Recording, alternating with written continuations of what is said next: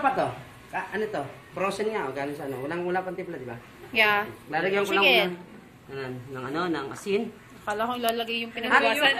Ayan. Ngayon, kung gusto niyo ng dapat ang gagamitin niyo, rock salt. Huwag kayong gumamit ng iodized salt kasi hindi natutunaw sa loob ng katawan ang iodized salt. Ayon kay Dr. John Sanchez. Napakain ko na yun. Yes. Rock salt? Grabe, Dok. Ox ka, Dok. Rock salt ang dapat. Sabi din nga ni Dr. Gary C. Oh, kita mo? Yes. Kita yan. Wala na akong hahawakan iba, kaya pwede ko na siyang hawakan.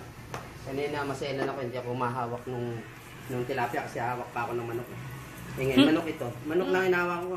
Ayaw kong mahawak ng tilapia. Chicks lang.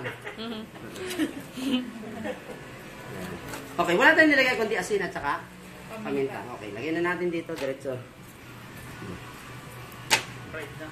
Yan, hindi ko masyadong dinamihan baka kasi di niya magustuhan.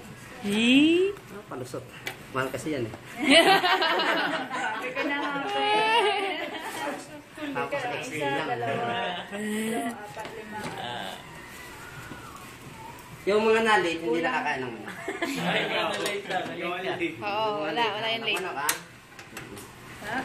Kaso na. Ano raw? Sir, hindi pa naman sir kakain. Si Kuya Rico.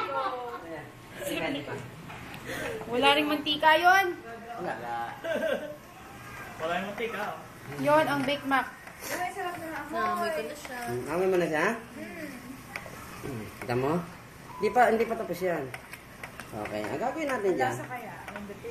Hindi, maamoy eh. Amoy pa lang ulam na, di ba? Ngayon? Yan ang sinasabi. Okay, sandali lang. Hindi pa ako tapos. Ngayon natin bubuksan ulit natin ito. Yun ang magic pangbukas. Malbar Italy ba? Albert Italy ba? Ay, nako.